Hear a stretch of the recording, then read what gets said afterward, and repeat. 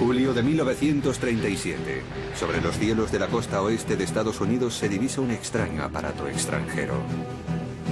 Por primera vez, un avión ha penetrado en el espacio aéreo norteamericano volando sin escalas desde la Rusia comunista. Esta es la historia de cómo los diseñadores soviéticos de la Segunda Guerra Mundial trabajaron en secreto para crear unos aviones que estaban muy por delante de los fabricados en el resto del mundo. Submarinos y tanques voladores, cazas estatorreactores y aviones invisibles. Trabajaron como esclavos en campos de concentración, soportando la tortura del dictador que gobernaba Rusia, Iósif Stalin. Bajo amenaza de muerte y a pesar del miedo, los ingenieros soviéticos dieron lo mejor de sí y diseñaron aviones revolucionarios que cambiarían la historia de la aviación.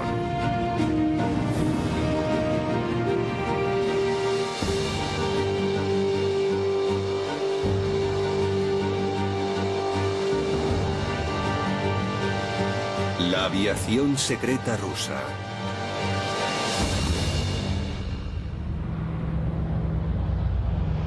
En 1937, un avión soviético voló sin escalas desde Moscú por encima del Polo Norte hasta Pearson Field, en el estado de Washington.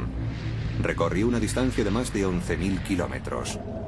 El piloto era Valery Chkalov. Su vuelo cogió por sorpresa a los norteamericanos. Nadie sabía que un avión se dirigía hacia la costa. Aquel vuelo significó la culminación de años de trabajo diseñando aviones secretos bajo la supervisión del despiadado dictador Iósif Stalin. Durante la década de los 30, Stalin temía que la madre patria rusa fuera asediada por sus enemigos capitalistas y decidió transformar Rusia en una gran potencia militar e industrial. En particular, estaba interesado en las nuevas tecnologías como la aviación. Stalin empleó buena parte del tesoro nacional en el desarrollo de la aviación. Fomentó la construcción de aviones y talleres de diseño, así como la experimentación con nuevos prototipos. Durante esta época se construyeron grandes aviones, particularmente bombarderos, que convirtieron a la Unión Soviética en una gran potencia aeronáutica. Chkalov se hizo famoso en Estados Unidos. Conoció a Shirley Temple y al general George C. Marshall, que luego dirigiría las fuerzas norteamericanas en la Segunda Guerra Mundial. Pero preocupado, no todo eran halagos. El presidente Roosevelt le preguntó a Marshall que cómo podían los soviéticos haber desarrollado un avión capaz de atacar las ciudades norteamericanas. El vuelo por sorpresa tendría consecuencias trascendentales para la aviación estadounidense. El vuelo de los soviéticos cambiaría la historia militar norteamericana. El Congreso estaba a punto de cancelar el programa del B-17 Flying Fortress, pero cuando vieron lo que los rusos podían hacer en el campo de los bombarderos, se dieron cuenta de que Estados Unidos debía disponer de los B-17. El avión ruso que penetró en el cielo americano se llamaba Ant-25. Tenía una envergadura de más de 34 metros, superior a la del avión espía U-2 de la época de la Guerra Fría, y podía permanecer en el aire durante más de 2 días sin repostar. El secreto estaba en sus largas alas, que además de reducir al máximo el consumo, transportaban combustible. El combustible representaba 1/3 del peso del avión al despegar. El diseñador de tan revolucionario aparato fue Andrei Tupolev. Andrei Tupolev era un personaje interesante. Durante los años 20 destacó como el principal diseñador de aviones de la Unión Soviética. Sin embargo, Tupolev dio inicio a su carrera diseñando un vehículo de una clase muy diferente.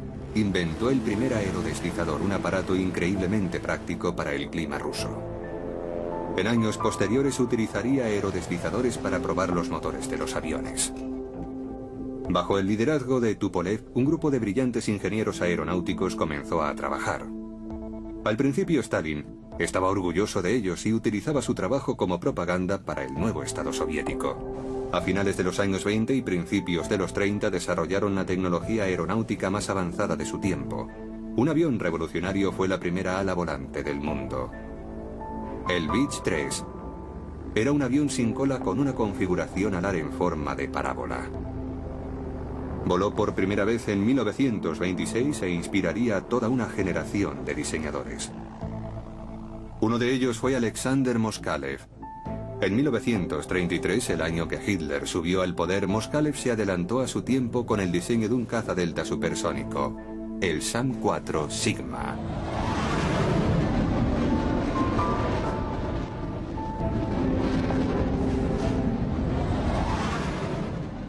Alexander Moskalev fue un diseñador aeronáutico poco conocido durante los años 30. Una de las cosas que hizo, por razones más bien prácticas, fue un diseño en ala delta, que fue algo revolucionario en aquella época. Moskalev no tenía miedo de innovar en sus diseños. Creía que podría prescindir del empenaje de cola normal, es decir, del estabilizador horizontal. De esa manera conseguiría un avión menos pesado y con menor resistencia al viento. El prototipo del Sigma voló en 1936 con un motor de pistón, pero Moskalev no lo había terminado todavía. Empezó a desarrollar un motor cohete para una versión supersónica del avión. De hecho, Moskalev creía que conseguiría el primer avión supersónico del mundo. Fue una meta que obsesionó al joven ingeniero durante toda la Segunda Guerra Mundial.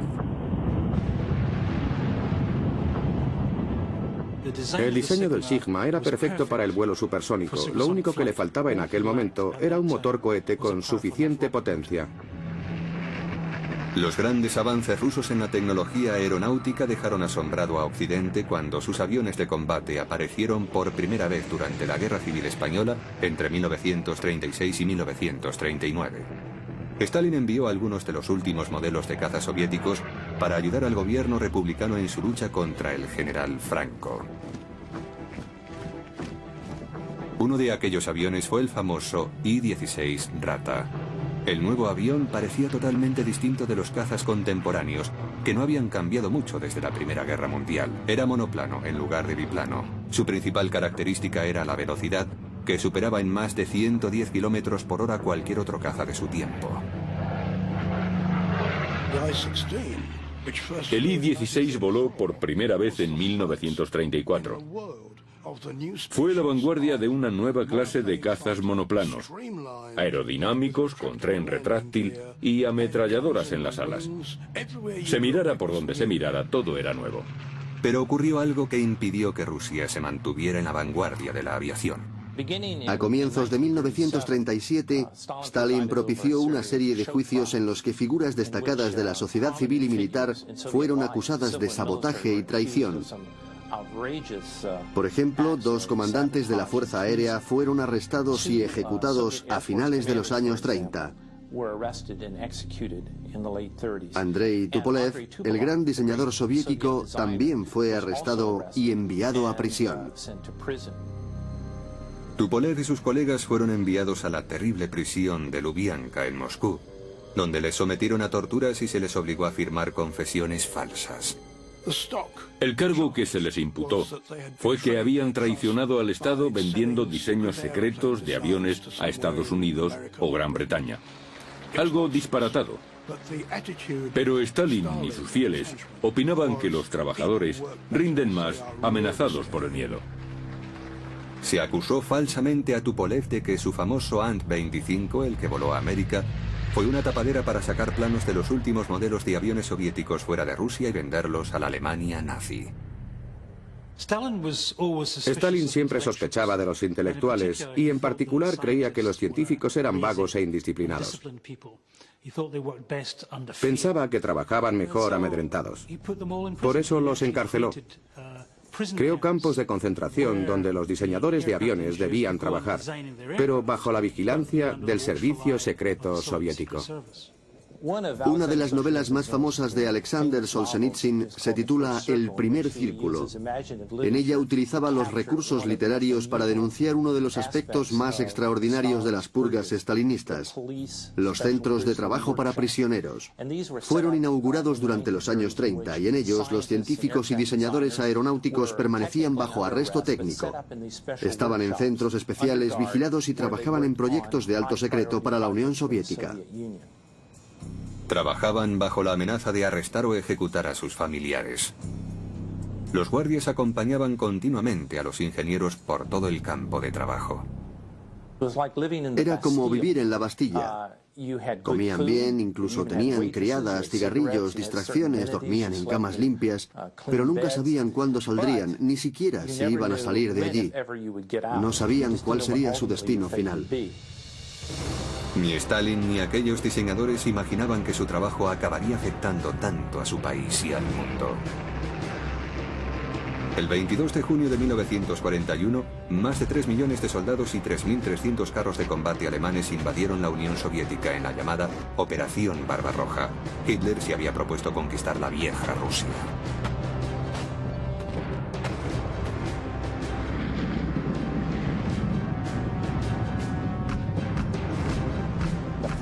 El primer objetivo de la Operación Barbarroja fue la aviación. En la mañana del 22 de junio, la Luftwaffe atacó las bases fronterizas de la Unión Soviética y un gran número de aviones fueron destruidos en tierra. La mayor fuerza aérea del mundo fue barrida en un solo día. Lo que quedó de la aviación roja no representaba ya ningún peligro para los modernos aviones de la Luftwaffe. Un mes después del inicio de la Operación Barbarroja, Andrei Tupolev y otros diseñadores de aviones soviéticos fueron liberados repentinamente. En los siguientes años crearon tantos y tan efectivos aviones que consiguieron que Rusia pudiera enfrentarse con éxito a la aviación enemiga.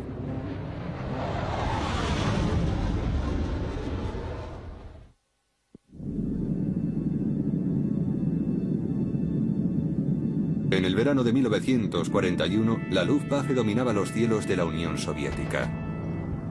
Los rusos tenían que conseguir tiempo para evacuar su maquinaria de guerra hasta la protección que ofrecían los montes Urales. Necesitaban un caza sencillo y rápido que pudiera construirse fácilmente en grandes cantidades. En julio de 1941, apenas un mes después de la invasión nazi, el ministro soviético de aviación abrió un concurso para la construcción de un avión de esas características. El prototipo debía estar terminado en solo 35 días. Pero aquel avión sería revolucionario por algo más que por la brevedad de su construcción, ya que debía ser propulsado por un motor cohete. En Rusia, el interés por los cohetes databa de 1903, cuando el matemático Konstantin Tsiolkovsky publicó el primer documento científico que sugería que los cohetes de combustible líquido podían ser el medio para salir al espacio exterior. Pero debido a la Revolución Comunista de 1917, todas las referencias a experimentos con cohetes fueron censuradas.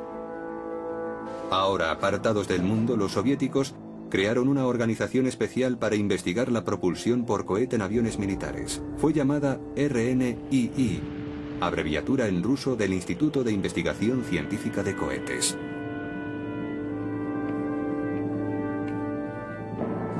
El instituto fue fundado en 1933 y reflejaba el antiguo y permanente interés que los rusos tenían en los viajes espaciales y en los cohetes. De allí saldrían varias figuras muy importantes, y Sergei Korolev no sería la última de ellas, aunque con el tiempo se convirtiera en el jefe del programa espacial soviético. En los años 30, Korolev era el ingeniero más importante del RNII. Trabajaba en cohetes estabilizados por giróscopo, misiles aire-aire e incluso en aviones propulsados por cohetes.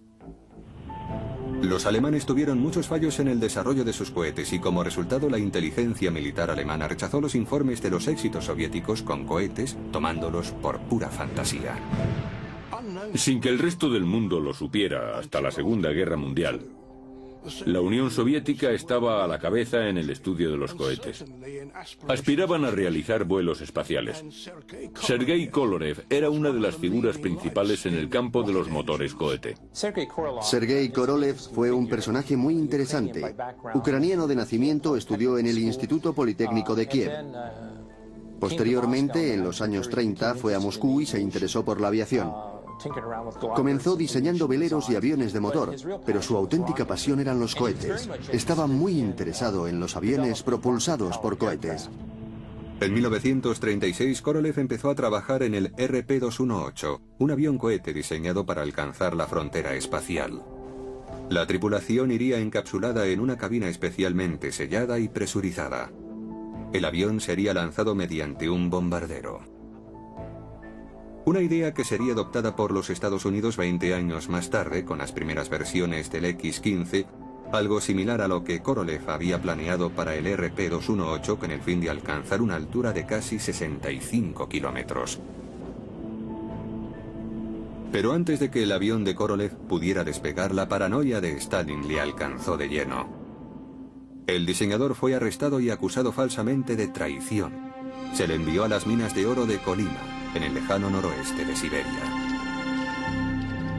Conocida como la Tierra de la Muerte Blanca, Kolyma es el lugar más frío del planeta, con temperaturas que descienden a más de 70 grados bajo cero.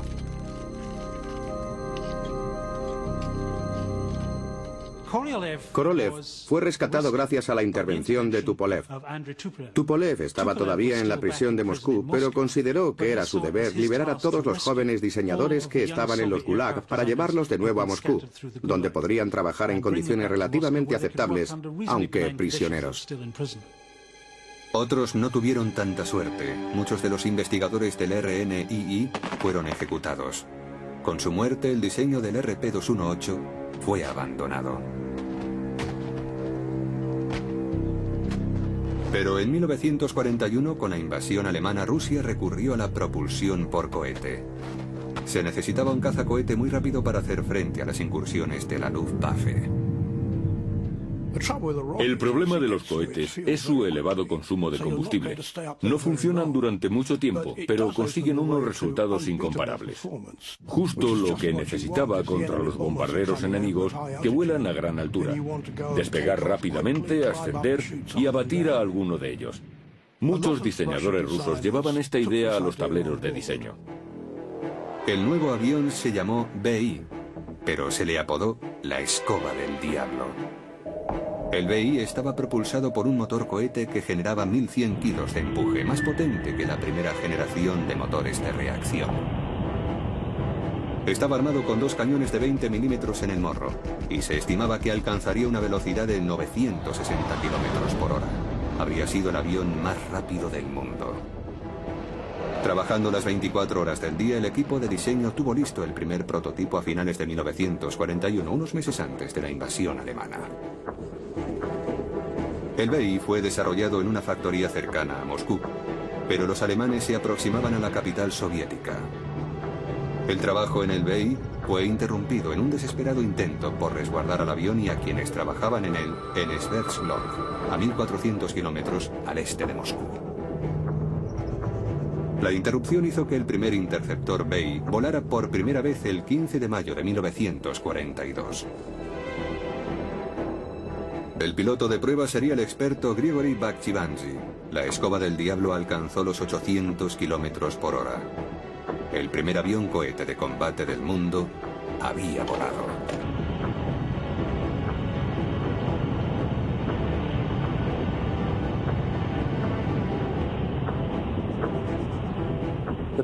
El BI voló en 1942. Era un avión propulsado por un motor cohete y estaba construido con madera contrachapada. Fue diseñado para interceptar a los bombarderos alemanes. Llegó a construirse cierto número de ellos. Stalin ordenó que el BI fuera fabricado inmediatamente. Mientras tanto, en Alemania se había empezado a trabajar en otro interceptor cohete, el Messerschmitt 163 Comet. Pero la versión operativa del Comet no volaría hasta 1943, casi 18 meses después del vuelo inicial del avión cohete soviético. La nueva tecnología de cohetes aún requería de perfeccionamiento y la no demora debida al asesinato a manos de Stalin de los especialistas en cohetes lo refrenó.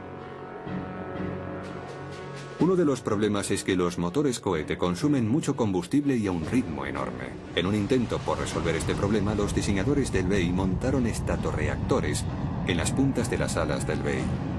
Serían utilizados para volar en crucero. El motor cohete se reservaría para ascender o para realizar el ataque, pero entonces surgió otro problema. El 27 de marzo de 1943, Grigori Bakhchivandzhi despegó en un vuelo de prueba que para él sería el último. En 1943 se construyeron 7 prototipos del BI-1. Volaron extraordinariamente bien y alcanzaron altas velocidades. Un hecho a destacar es que ascendían unas 2 veces más rápido que cualquier otro avión de caza. Desgraciadamente, a finales de 1943, cuando el piloto de pruebas Banky Banchi daba una pasada rápida a muy baja altura, entró en un picado a unos 800 kilómetros por hora y el avión empezó a vibrar longitudinalmente, dando saltos arriba y abajo. El piloto no tuvo oportunidad de salvarse. Los rusos se habían encontrado con uno de los grandes problemas del vuelo supersónico o próximo a la velocidad del sonido. Cuando un avión se acerca a la barrera del sonido, el aire que está delante parece volverse más denso, y eso puede originar problemas de control y hacer que el avión entre en picado. Incapaces de resolver los problemas, el trabajo en el BEI fue interrumpido. Los 50 aviones que estaban en construcción fueron desmantelados. El destino de la escoba del diablo quedó frustrado. Pero los diseñadores soviéticos estaban fascinados con los cohetes. En la actualidad, gran parte de los interceptores de la Fuerza Aérea Rusa utilizan cohetes como aceleradores. Y en 1943 el mayor experto ruso, Sergei Korolev, desarrolló un nuevo motor cohete de combustible líquido que fue probado en una versión especial del bombardero P-2. Estos avances permitieron a Alexander Moskalev reiniciar sus trabajos en un caza supersónico de ala delta. A veces a los ingenieros rusos les concedían cierta iniciativa. 3 de ellos diseñaron aviones de los llamados Strahler, flecha, con un avanzado diseño de ala en delta triangular. Uno de ellos fue el caza cohete diseñado por Moskalev. Habría batido récord, porque podría haber sobrepasado la velocidad del sonido debido a su potente motor cohete. El último proyecto de Moskalev sería propulsado por 2 motores cohete de combustible líquido, cada uno de 2000 kilos de empuje. Los cazas rusos eran generalmente más pequeños que los británicos y norteamericanos, similares en tamaño a los alemanes, pero solían llevar mayores motores. Con frecuencia eran más rápidos, y aunque no llevaban mucho armamento, este era el mejor del mundo. Sus cañones de gran calibre disparaban muy deprisa, y la velocidad de salida del proyectil era muy alta. Con un único disparo, generalmente conseguían el derribo. En 1944 la Fuerza Aérea Roja había pasado la ofensiva. Los bombarderos alemanes ya no podían amenazar Moscú. Stalin decidió que los Strahler ya no eran necesarios y el equipo de diseño de Moskalev fue disuelto por la policía secreta. El cazacohete supersónico fue abandonado y Moskalev tuvo suerte de escapar con vida. Sin embargo, a pesar del constante peligro de ser arrestados por sus ideas innovadoras, los diseñadores aeronáuticos soviéticos continuaron proponiendo soluciones heterodoxas a los problemas. Incluso hoy en día, sus ideas resultan sorprendentes.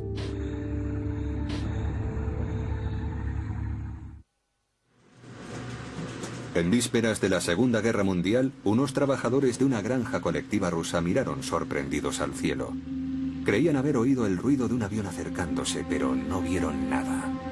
Por encima de ellos volaba el primer proyecto de avión stealth o avión furtivo. Los diseñadores soviéticos siempre han estado interesados en aviones futuristas. De hecho, durante los años 30, realizaron un curioso experimento para conseguir un avión invisible. Fue en los años anteriores a la aparición del radar. Los aviones de entonces eran un blanco muy visible, volaban con la suficiente lentitud como para ser vistos con facilidad mediante unos gemelos y demasiado bajo para escapar de la artillería antiaérea. Un diseñador soviético tenía la solución. Quitó el revestimiento de madera de un avión militar y lo sustituyó con plástico transparente. Era un monomotor de 4 plazas de ala alta, un avión muy corriente. Le quitó el revestimiento de la estructura que pudo y lo cambió por otro transparente que consiguió en Francia. El material se llamaba Rodoid y era muy parecido al celofán. El avión era ahora transparente. Por supuesto, el motor y la tripulación seguían viéndose, pero con la altura resultaban difíciles de divisar. Solo existía un problema. El problema era que el plástico que utilizó reaccionaba con la luz del sol, y unas semanas después dejaba de ser transparente, y el avión volvía a ser visible. El avión furtivo propiamente dicho no aparecería hasta 50 años más tarde. Otro problema que trataron de resolver los ingenieros soviéticos era el de las fuerzas aerotransportadas. El Ejército Rojo fue el primero en crear una fuerza de paracaidistas, pero los paracaidistas llevan un armamento ligero y se encontraban indefensos ante los carros de combate enemigos. Hubo intentos tempranos de transportar carros y artillería ligera a la zona de combate. Irían colgados debajo de la panza de los grandes bombarderos, pero los aviones no podían transportar armamento pesado. Otro brillante ingeniero soviético, Oleg Antonov, propuso una solución radical para el problema. Oleg Antonov fue uno de los ingenieros aeronáuticos más eminentes de la Unión Soviética. De joven se interesó por los veleros. Más adelante dirigió el diseño de una gran serie de aviones de transporte, aviones pesados. Quizás su proyecto más revolucionario fue el llamado tanque volante. Literalmente le puso alas a un tanque para convertirlo en una máquina voladora. El extraño aparato se denominó KT, abreviación en ruso de tanque con alas. Un carro T-60 pasó a convertirse en el fuselaje del ingenio y las orugas hicieron el papel de tren de aterrizaje. Se le adosaron unas alas de biplano hechas de madera y lona, unidas a un par de vigas que sujetaban la cola para darle estabilidad. El conjunto debía ser remolcado hasta el blanco por un bombardero pesado. La velocidad de remolque sería de 160 km por hora. El tanque volador sería soltado sobre el objetivo y planearía hasta aterrizar cerca del campo de batalla. Las alas se desprenderían en cuanto el carro llegara a tierra. De esta manera podía entrar en combate inmediatamente. Solo se construyó un KT y fue probado a principios de 1942. El piloto era uno de los más polifacéticos y experimentados que jamás haya existido, Sergei Anokin. El aparato despegó, y cuando estaba a unos 2000 metros de altura, Anokin soltó el cable del remolque y dirigió el invento hacia la pista. Según parece, el aterrizaje fue más bien accidentado, aunque se supone que cualquier aterrizaje del que se pueda salir andando es un buen aterrizaje. Sería el único vuelo del tanque volante. El problema no era remolcar un tanque. El problema consistía en que no había motores lo suficientemente potentes para que un avión remolcara un carro de combate a grandes distancias. Los carros de combate rusos tuvieron que llegar a Berlín por tierra. Pero además de los tanques volantes, las ideas de los soviéticos sobre el uso de los aviones en la guerra naval produjeron otro invento sorprendente. Los antiguos submarinos eran muy lentos y vulnerables cuando navegaban en superficie para recargar las baterías. Por otra parte, los aviones volaban alto y rápido, pero no eran invisibles como los submarinos sumergidos. Los jóvenes oficiales navales de la Unión Soviética tenían muchos recursos. A principios de los años 30 se les ocurrió la idea de combinar las ventajas de los submarinos con la de los aviones. En julio de 1936, el Comité Científico Militar de la Unión Soviética encargó que se hiciera un detallado estudio sobre un submarino volante. Fue llamado LPL, abreviación en ruso de avión submarino volante. Para el vuelo, el LPL estaría equipado con 3 motores de émbolo convencionales. Llevaría 3 tripulantes y volaría a 240 km por hora con un radio de acción de 800 km. Cuando el avión amerizara, unos paneles sellarían los motores de vuelo. El avión estaría revestido con una pintura resistente a la corrosión y llevaría 2 torpedos de 457 milímetros bajo el fuselaje. Sumergido, navegaría a 3 nudos.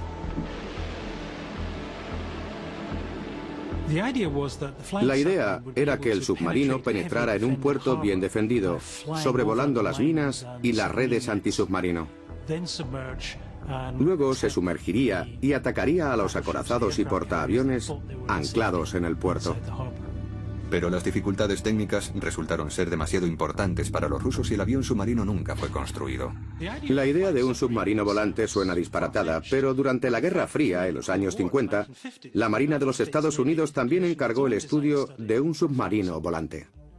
Se le pidió a la división Convair de la General Dynamics de San Diego que presentara unos planos de un avión de esas características propulsado por un reactor. El avión se sumergiría inundando las alas, la cola y los compartimentos del fuselaje. Navegaría a 8 km por hora bajo la superficie, propulsado por baterías. El submarino volante nunca pasó de la fase de diseño debido a que era un proyecto de una ingeniería muy complicada. Pero una nueva tecnología revolucionaría la aviación en la Segunda Guerra Mundial: el avión de reacción.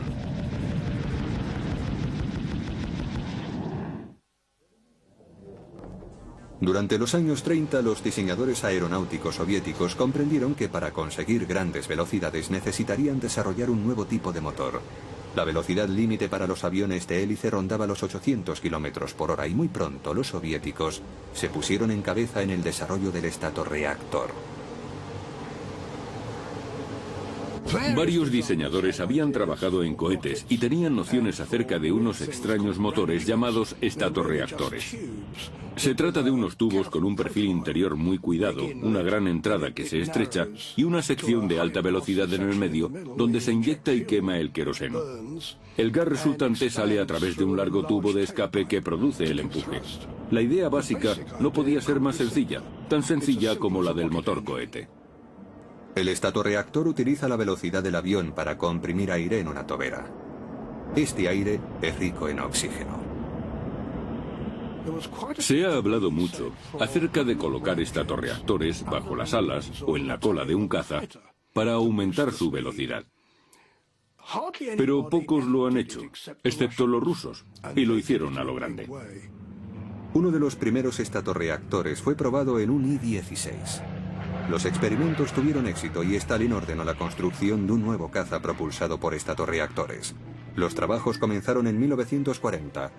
El resultado fue uno de los más avanzados y hermosos aviones diseñados durante la Segunda Guerra Mundial, el caza Borovkov-D. El Borovkov-D fue un avión diseñado en 1941. Tenía un fuselaje doble con un motor de pistón propulsor y 2.000 caballos. Estaba complementado con estatorreactores y montaba un cañón de 20 milímetros y otro de 37 milímetros. El avión tenía una serie de características revolucionarias. Además de los estatorreactores situados en los dos fuselajes, tenía alas en flecha e incluso estaba equipado con un asiento eyectable.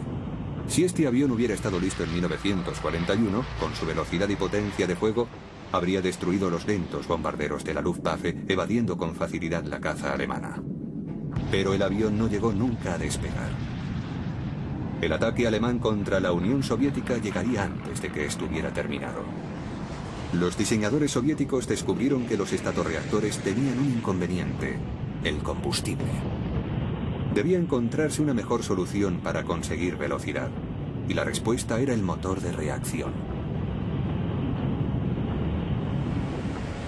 Los soviéticos empezaron a trabajar en motores de reacción en 1938, años antes de que Estados Unidos iniciara su propio programa de motores de reacción. El padre de los reactores soviéticos fue A.M. Lyulka.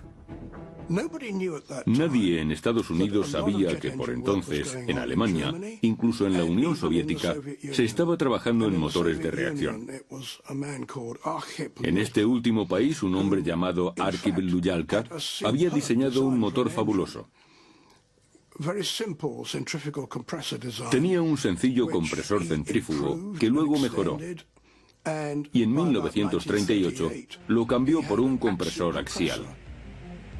En 1938, Lyulka estaba trabajando en un compresor para el nuevo bombardero pesado, el Tupolev PE-8.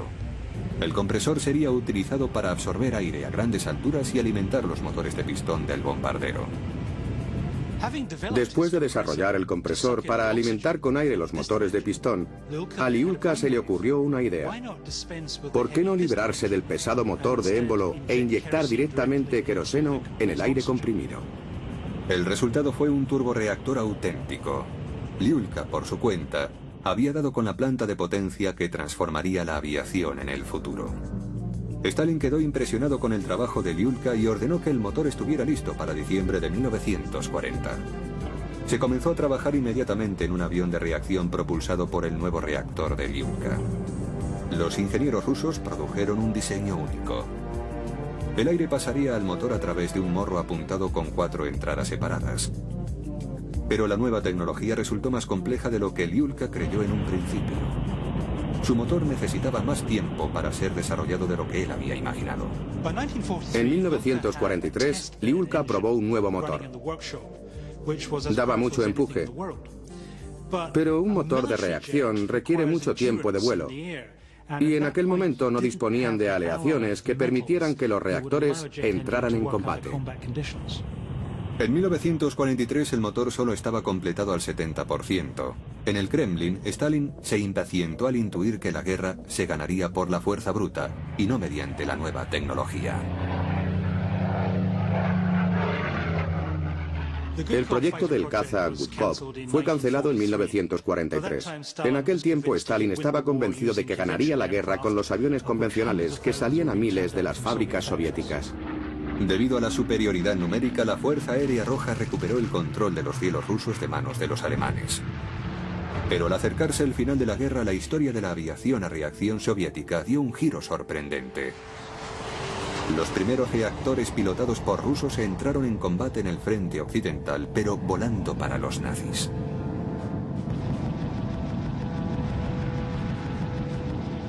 Los primeros rusos que volaron en reactores de combate lo hicieron para el bando nazi.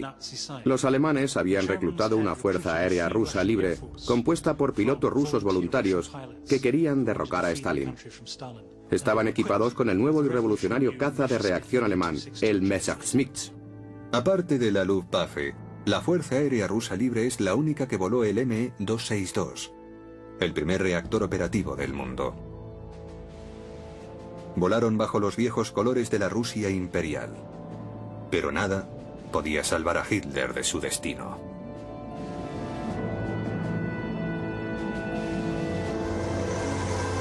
A principios de 1945 el Ejército Rojo invadió por primera vez territorio alemán, mientras los bombarderos pesados de Tupolev asolaban Berlín.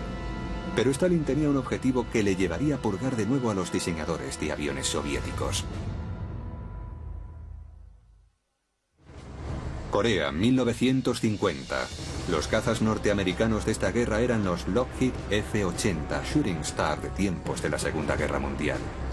Los norteamericanos confiaban en limpiar los cielos de aviones comunistas, pero se encontraron sobrepasados por un nuevo caza ruso más rápido y ágil, el extraordinario MiG-15.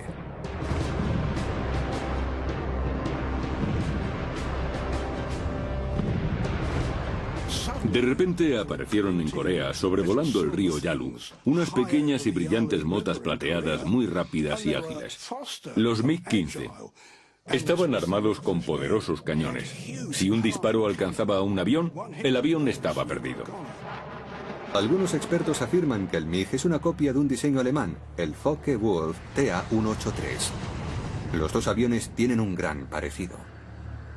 Los expertos occidentales no podían creer que los ingenieros aeronáuticos rusos fueran lo suficientemente buenos para construir un caza de reacción, por eso supieron que el diseño debía de provenir de los ingenieros alemanes capturados al final de la guerra. Pero la verdad se impuso.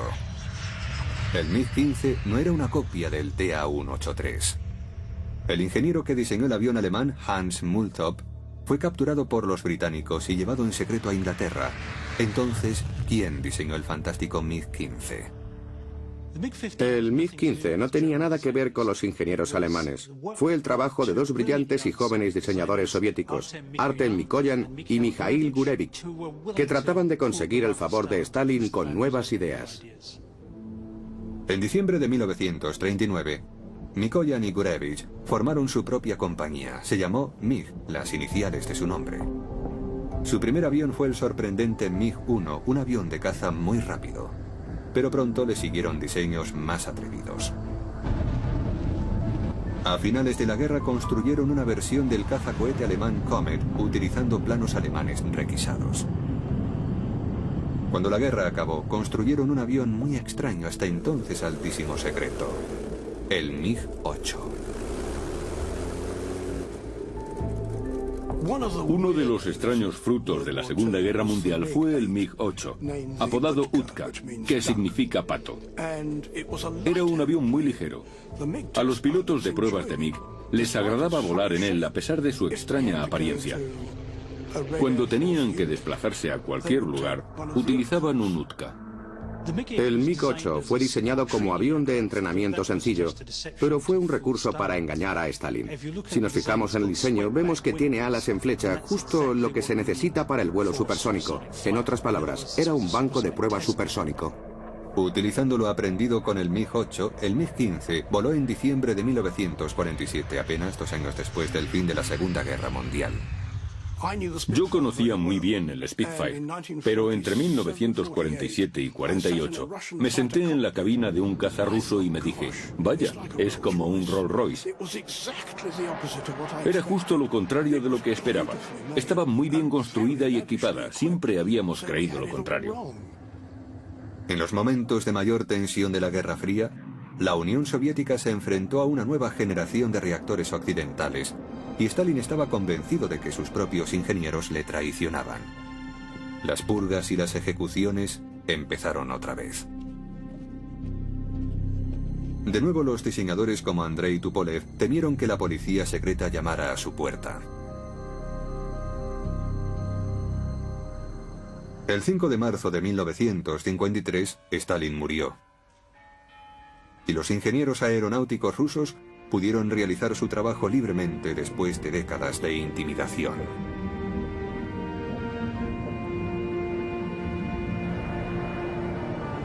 Oleg Antonov, el diseñador del tanque volante de la Segunda Guerra Mundial, pudo al fin realizar su sueño de llevar carros de combate al frente de batalla. Su compañía construiría algunos de los mayores aviones jamás fabricados, entre ellos el Antonov 24 y después el 124. Conocido como Ruslan. Puede llevar 150 toneladas de carga, incluyendo los principales carros de combate soviéticos.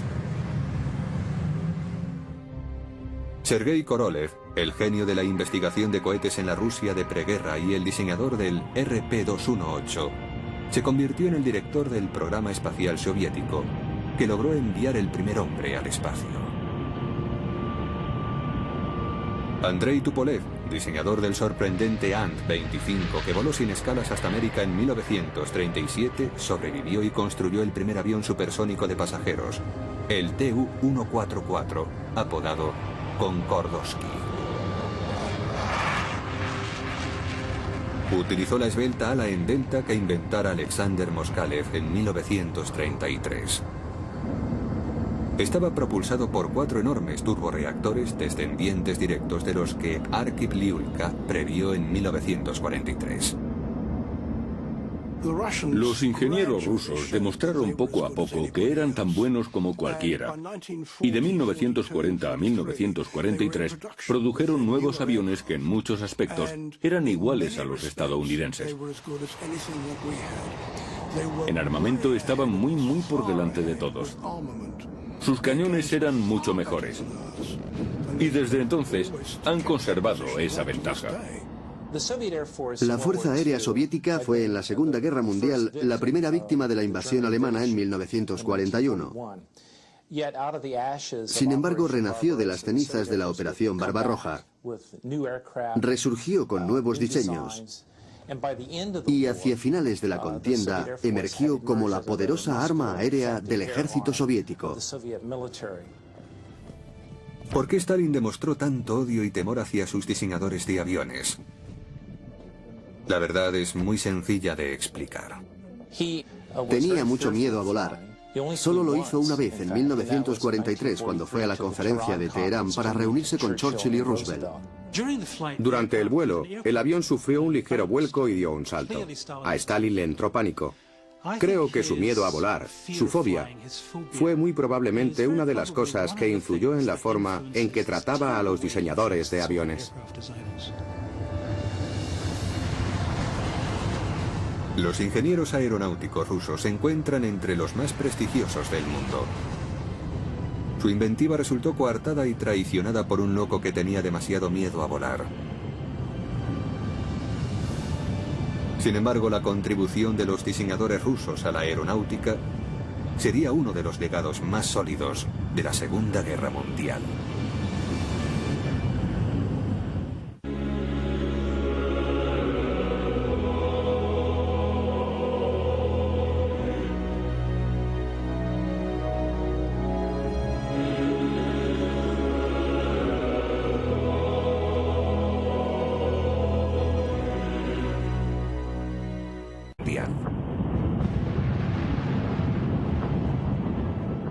El diseño del Sigma era perfecto para el vuelo supersónico. Lo único que le faltaba en aquel momento era un motor cohete con suficiente potencia.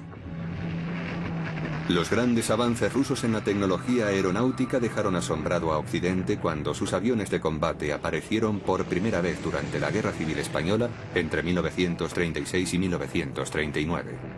Stalin envió algunos de los últimos modelos de caza soviéticos para ayudar al gobierno republicano en su lucha contra el general Franco. Uno de aquellos aviones fue el famoso I-16 Rata.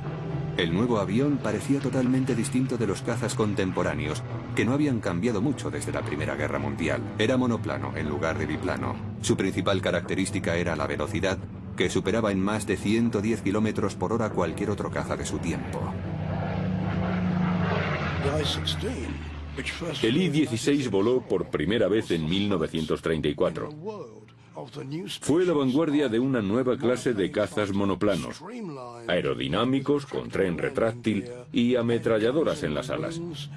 Se mirara por donde se mirara, todo era nuevo. Pero ocurrió algo que impidió que Rusia se mantuviera en la vanguardia de la aviación. A comienzos de 1937, Stalin propició una serie de juicios en los que figuras destacadas de la sociedad civil y militar fueron acusadas de sabotaje y traición. Por ejemplo, dos comandantes de la FAO estaba a punto de cancelar el programa del B-17 Flying Fortress, pero cuando vieron lo que los rusos podían hacer en el campo de los bombarderos, se dieron cuenta de que Estados Unidos debía disponer de los B-17. El avión ruso que penetró en el cielo americano se llamaba Ant-25. Tenía una envergadura de más de 34 metros, superior a la del avión espía U-2 de la época de la Guerra Fría, y podía permanecer en el aire durante más de 2 días sin repostar. El secreto estaba en sus largas alas, que además de reducir al máximo el consumo, transportaban combustible. El combustible representaba 1/3 del peso del avión al despegar. El diseñador de tan revolucionario aparato fue Andrei Tupolev. Andrei Tupolev era un personaje interesante. Durante los años 20 destacó como el principal diseñador de aviones de la Unión Soviética. Sin embargo, Tupolev dio inicio a su carrera diseñando un vehículo de una clase muy diferente. Inventó el primer aerodeslizador, un aparato increíblemente práctico para el clima ruso. En años posteriores utilizaría aerodeslizadores para probar los motores de los aviones. Bajo el liderazgo de Tupolev, un grupo de brillantes ingenieros aeronáuticos comenzó a trabajar. Al principio Stalin estaba orgulloso de ellos y utilizaba su trabajo como propaganda para el nuevo Estado soviético. A finales de los años 20 y principios de los 30 desarrollaron la tecnología aeronáutica más avanzada de su tiempo. Un avión de una distancia de más de 11.000 kilómetros. El piloto era Valery Chkalov. Su vuelo cogió por sorpresa a los norteamericanos. Nadie sabía que un avión se dirigía hacia la costa. Aquel vuelo significó la culminación de años de trabajo diseñando aviones secretos bajo la supervisión del despiadado dictador Joseph Stalin. Durante la década de los 30, Stalin temía que la madre patria rusa fuera asediada por sus enemigos capitalistas y decidió transformar Rusia en una gran potencia militar e industrial. En particular, estaba interesado en las nuevas tecnologías como la aviación. Stalin empleó buena parte del tesoro nacional en el desarrollo de la aviación. Fomentó la construcción de aviones y talleres de diseño, así como la experimentación con nuevos prototipos. Durante esta época se construyeron grandes aviones, particularmente bombarderos, que convirtieron a la Unión Soviética en una gran potencia aeronáutica. Chkalov se hizo famoso en Estados Unidos. Conoció a Shirley Temple y al general George C. Marshall, que luego dirigiría las fuerzas norteamericanas en la Segunda Guerra Mundial. Pero preocupado, no todo eran halagos. El presidente Roosevelt le preguntó a Marshall que cómo podían los soviéticos haber desarrollado un avión capaz de atacar las ciudades norteamericanas. El vuelo por sorpresa tendría consecuencias trascendentales para la aviación estadounidense. El vuelo de los soviéticos cambiaría la historia militar norteamericana. El Congreso revolucionario fue la primera ala volante del mundo. El Beech 3 era un avión sin cola con una configuración alar en forma de parábola. Voló por primera vez en 1926 e inspiraría a toda una generación de diseñadores. Uno de ellos fue Alexander Moskalev. En 1933, el año que Hitler subió al poder, Moskalev se adelantó a su tiempo con el diseño de un caza delta supersónico, el SAM-4 Sigma.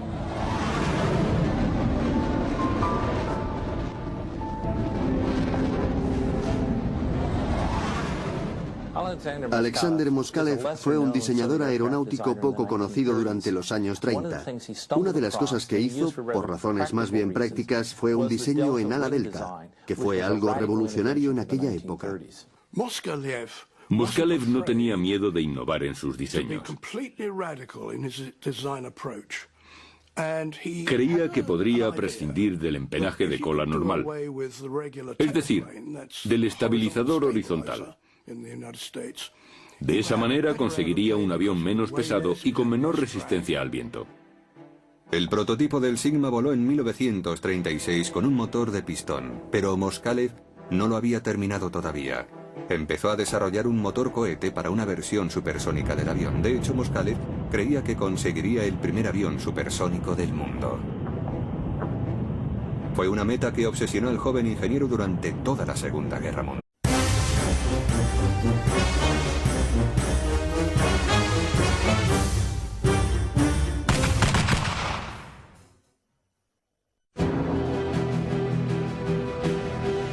Julio de 1937.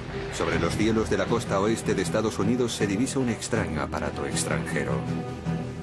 Por primera vez, un avión ha penetrado en el espacio aéreo norteamericano volando sin escalas desde la Rusia comunista. Esta es la historia de cómo los diseñadores soviéticos de la Segunda Guerra Mundial trabajaron en secreto para crear unos aviones que estaban muy por delante de los fabricados en el resto del mundo. Submarinos y tanques voladores, cazas estatorreactores y aviones invisibles. Trabajaron como esclavos en campos de concentración, soportando la tortura del dictador que gobernaba Rusia, Josif Stalin. Bajo amenaza de muerte y a pesar del miedo, los ingenieros soviéticos dieron lo mejor de sí y diseñaron aviones revolucionarios que cambiarían la historia de la aviación.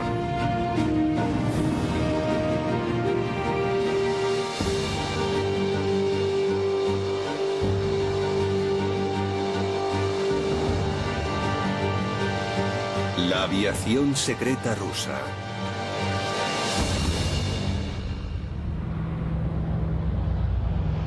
En 1937, un avión soviético voló sin escalas desde Moscú por encima del Polo Norte hasta Pearson Field en el estado de Washington. Recorrió